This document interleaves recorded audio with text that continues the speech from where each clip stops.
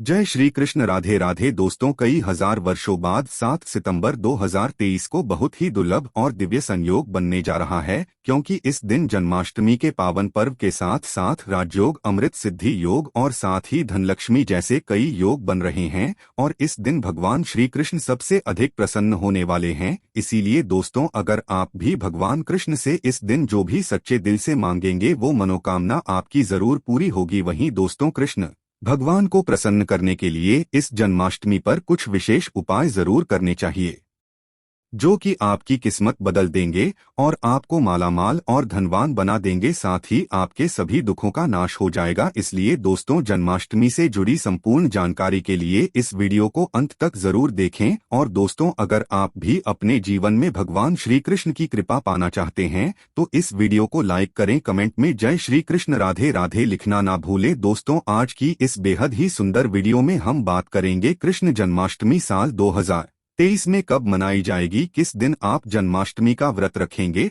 और कृष्ण जन्माष्टमी की पूजा का शुभ मुहूर्त क्या रहेगा और इस दिन आपको व्रत में क्या खाना चाहिए। इसके अलावा हम आपको बताएंगे कि जन्माष्टमी के व्रत का पारण किस समय किया जाएगा और जन्माष्टमी पूजा की संपूर्ण विधि क्या है और इस दिन वो कौन से उपाय हैं जिनको करने से आपकी किस्मत चमक जाएगी और आपकी हर मनोकामना पूरी हो जाएगी। तो आइए शुरू करते हैं। दोस्तों, जन्माष्टमी का पावन पर्व भगवान श्री कृष्ण जी के जन्मोत्सव के रूप में मनाया जाता है। भगवान कृष्ण जी का जन्म भादो मास की कृष्ण पक्ष की अष्टमी तिथि को रोहिणी नक्षत्र में हुआ था और उनके जन्म के दिन को आज भी काफी धूमधाम से मनाया जाता है। जन्माष्टमी के दिन भगवान कृष्ण की आधी रात यानी 12 बजे पूजा की जाती है और घंटे घड़ियाल बजाकर उनके जन्म की खुशियां बांटी जाती है। दोस्तों, जन्माष्टमी का पर्व मथुरा और वृंदावन में बहुत ही धूमधाम से मनाया जाता है। खासकर मंदिरों और घरों में लोग बाल गोपाल के जन्म उत्सव का आयोजन भी करते हैं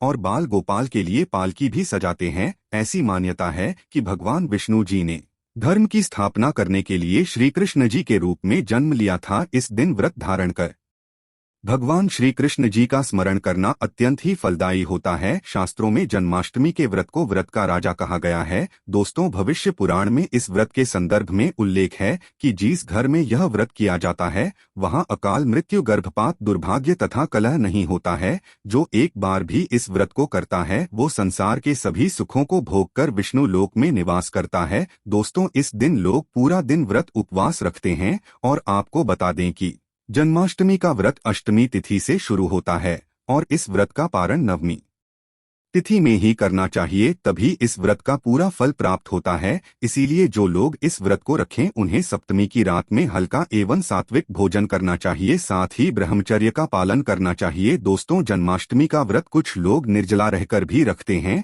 तो वहीं कुछ लोग फलाहार करके भी इस व्रत को करते हैं। दोस्तों, जन्माष्टमी के दिन प्रातःकाल जल्दी उठकर स्नान आदि करके स्वच्छ वस्त्र धारण करें। इसके बाद पूर्व या उत्तर दिशा की ओर मुंह करके बैठ जाएं और अपने हाथ में थोड़ा सा जल, पुष्प और अक्षत ले ले और जन्माष्टमी के व्रत का संकल्प करें। इसके बाद भगवान कृष्ण जी की विधिवत पूजा करें। और दोस्तों, आपको बता दें कि भगवान श्री कृष्ण जी की पूजा निषिद्ध काल यानी आधी रात में करने की परंपरा रही है और कई घरों में रात 12 बजे भगवान कृष्ण जी का जन्म भी किया जाता है। तो जो लोग कृष्ण जी का जन्म रात में करते हैं वे नाल छेदन भी करते हैं और जो लोग नाल छेदन करना चाहते हैं तो उनके लिए बता देते हैं कि 12 बजने से कुछ घंटे पहले ही एक पत्ते वाला खीरा ले ले और उसको थोड़ा सा काटकर उसमें कृष्ण जी को बैठा दे। फिर जब 12 बजे तो भगवान को उस खीरे से बाहर निकालकर एक सिक्के की मदद से खीरे को काट दें। इसे नाल छेदन कहा जाता है। इसके बाद उन्हें सबसे पहले शुद्ध जल से स्नान कराएं, फिर उन्हें पंचामृत, दूध, दही, घी, शहद और शक्कर से स्नान कराएं। तत्पश्चात गंगाजल से भी स्नान कराएं। इसके बाद शुद्ध जल से स्नान करने के बाद उन्हें साफ कपड़े से पोंछकर उन्हें नए और सुंदर चमकीले वस्त्र धारण कराएं और उनका श्रृंगार करें। इसके बाद उन्हें झूले या सिंहासन में विराजमान करें। ध्यान रहे, इस दौरान आप भगवान कृष्ण नाम का जाप करते रहें या राधे राधे बोलते रहे या श्री कृष्ण जी के किसी भी मंत्र का जाप करते रहें। अब आप कृष्ण जी की विधिवत पूजा करें, उन्हें चंदन का तिलक लगाएं, फूल माला अर्पित करें और उन्हें भोग लगाएं। भोग में आप माखन, मिश्री, पंचामृत, नारियल से बनी मिठाई या धनिया की पंजीरी का भोग लगाए हैं। ध्यान रहे उसमें तुलसी का पत्ता जरूर डालें। इसके बाद धूप दीप जलाकर भगवान श्री कृष्ण जी की आरती जरूर करें और भगवान कृष्ण जी को इस दिन झूला जरूर झुलाएं। दोस्तों, जन्माष्टमी की रात को लोग रात्रि जागरण करके भजन कीर्तन एवं शोभा आदि भी गाते हैं। इससे आपको शुभ फल की प्राप्ति होती है। आपको बता दें कि कुछ लोग रात्रि की पूजा के बाद ही अपने व्रत का पालन कर लेते हैं और कुछ लोग अगले दिन सूर्योदय के बाद अपने व्रत का पारण करते हैं। ध्यान रहे कि आप प्रसाद खाकर ही अपने व्रत का पारण करें। दोस्तों, जन्माष्टमी का व्रत लोग अलग अलग तरह से रखते हैं। कुछ लोग इन दिन निर्जला रखते हैं, यानी दिन में पानी नहीं पीते हैं। वहीं कुछ लोग दिन भर उपवास रखकर रात को फलाहार करते हैं, जबकि कुछ लोग दिन में 2 बार फलाहार करते हैं। दोस्तों, इस दिन व्रत में आप रसीले फल का सेवन कर सकते हैं या आपके शरीर में पानी की कमी नहीं होने देंगे। तरबूज, खरबूजा, ककड़ी जैसे अधिक पानी वाले फल ले सकते हैं। अमरूद, केला और सेब भी खा सकते हैं और आप दही की लस्सी व्रत की शुरुआत से पहले पी सकते हैं। लस्सी पीने से आपको ज्यादा प्यास नहीं लगेगी। दोस्तों, जन्माष्टमी पर रात को व्रत खोलते वक्त लोग कुट्टू के आटे के व्यंजन और साबूदाने की खिचड़ी खाते हैं। ये दोनों चीजें हल्की होती है और इससे पेट भी भर जाता है, पर यह ध्यान रखें कि व्रत तोड़ते वक्त आपको बहुत ज्यादा भारी खाना नहीं खाना चाहिए, इससे गैस बन सकती है। चलिए अब जानते हैं कि साल 2023 में जन्माष्टमी का पर्व कब मनाया जाएगा। तो आपको बता दें कि जन्माष्टमी कृष्ण पक्ष की अष्टमी तिथि इस बार 6 सितंबर को पड़ रही है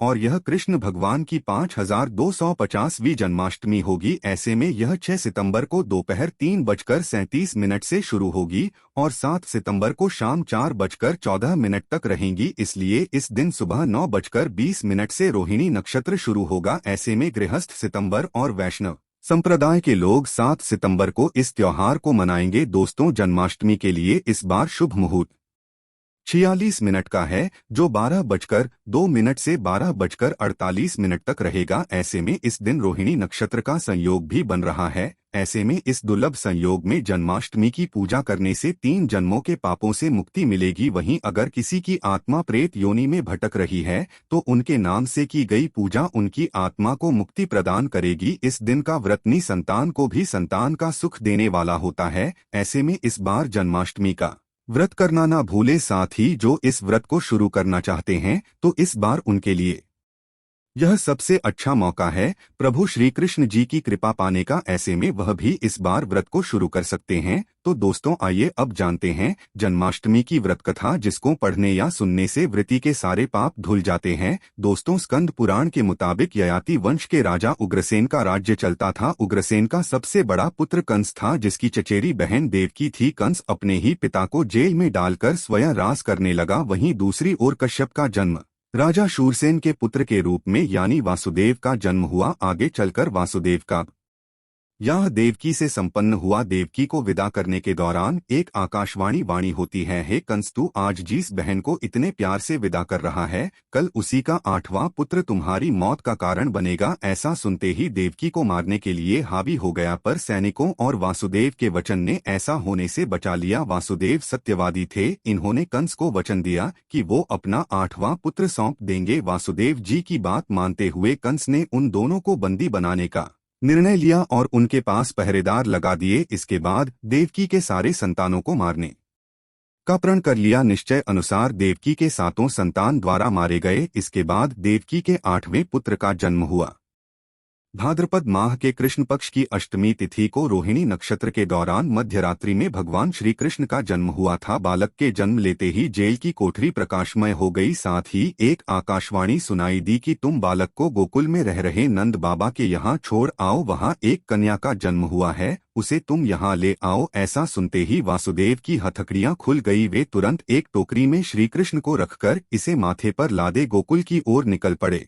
रास्ते में यमुना नदी बालकृष्ण के चरणों को स्पर्श करने के लिए उफान पर आ गई। फिर चरण स्पर्श करते ही वो पुनः शांत पड़ गई। इस प्रकार वासुदेव ने अपने पुत्र को यशोदा मैया के बगल में सुलाकर वहां से कन्या लेकर वापस कारागार लौट आए। जेल के दरवाजे अपने आप बंद हो गई, उनके हाथों में फिर से हथकड़ी लग गई। सारे पहरेदार भी उठ गए और कन्या के रोने की आवाजें आने लगीं। सूचना मिलते ही कंस ने कारागार से कन्या को लाया और उसे मारने की कोशिश की, लेकिन वह आकाश में उड़ गई और बोली, अरे मूर्ख, मुझे मारने से क्या होगा, तुझे मारने वाला पैदा हो चुका है। इसके बाद उसने कृष्ण का पता लगाकर उसे मारने का खूब प्रयास किया। कई दैत्य राक्षस भेजे, लेकिन कृष्णा को कोई मर न सका। अंततः श्री कृष्ण ने कंस का वध किया और उग्रसेन को पुनः राजा बना दिया। इस प्रकार कृष्ण जन्माष्टमी के व्रत कथा पूरी हुई। ऐसी मान्यता है कि जन्माष्टमी के दिन कहानी को पढ़ने या सुनने से वृद्धि के सारे पाप धुल जाते हैं, जीवन के हर समस्याओं का समाधान मिलता है, साथ ही भगवान का आशीर्वाद सदैव बना रहता है।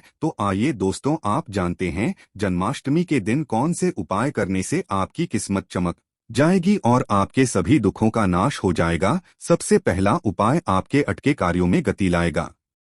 दोस्तों, कृष्ण जन्माष्टमी के दिन सुबह स्नान व ध्यान आदि करने के बाद घर के बाल गोपाल को नई पोशाक पहनाइए, भोग लगाएं और गोपी चंदन से श्रृंगार करें। उसके बाद पास के राधा कृष्ण मंदिर में जाकर वैजयंती फूलों की माला अर्पित करें। अगर वैजयंती फूल ना मिले तो पीले फूलों की माला भी अर्पित कर सकते हैं। ऐसा करने से भगवान कृष्ण का आशीर्वाद मिलेगा और अटके कार्यों में गति आएगी। दूसरा उपाय, और इस उपाय से आपका भाग्य मजबूत होगा। दोस्तों, जन्माष्टमी के दिन बाल गोपाल को केसर, मेवा, मिश्री, साबूदाने या खीर का तुलसी दल डालकर भोग लगाएं, लेकिन ध्यान रखें कि खीर में चीन की जगह मिश्री की डली डालें। साथ ही सफेद मिठाई अर्पित करें। ऐसा करने से कान्हा की कृपा मिलती है और भाग्य भी मजबूत होता है। तीसरा उपाय से आपके घर में धन धान्य की कमी नहीं होगी। दोस्तों, सुख समृद्धि के लिए जन्माष्टमी के दिन बाल गोपाल को पूजा करते समय एक पान का पत्ता भी अर्पित करें। फिर पत्ते पर सिंदूर से श्री लिखें और फिर उसको पूजा करने के बाद जहां पैसा रखते हो वहां रख दे। ऐसा करने से घर में धन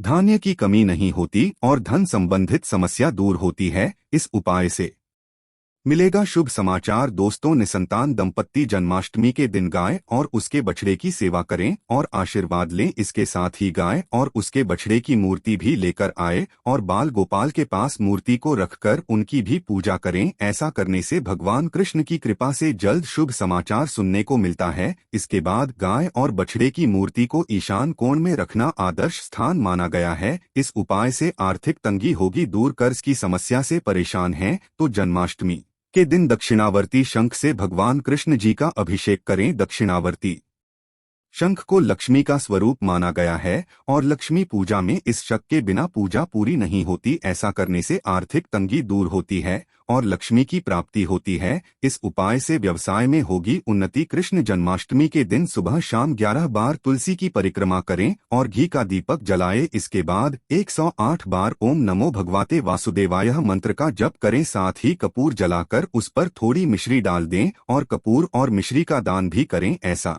करने से नौकरी व व्यवसाय में उन्नति होती है। तो दोस्तों, यह थी जन्माष्टमी से जुड़ी सभी महत्वपूर्ण जानकारियां और उपाय जिनको आपको इस बार जरूर करना चाहिए। तो दोस्तों, आपको जानकारी कैसी लगी हमें कमेंट में जरूर बताइएगा। वीडियो अच्छा लगा हो तो वीडियो को लाइक, शेयर, चैनल को सब्सक्राइब करना ना भूलिएगा। धन्यवाद।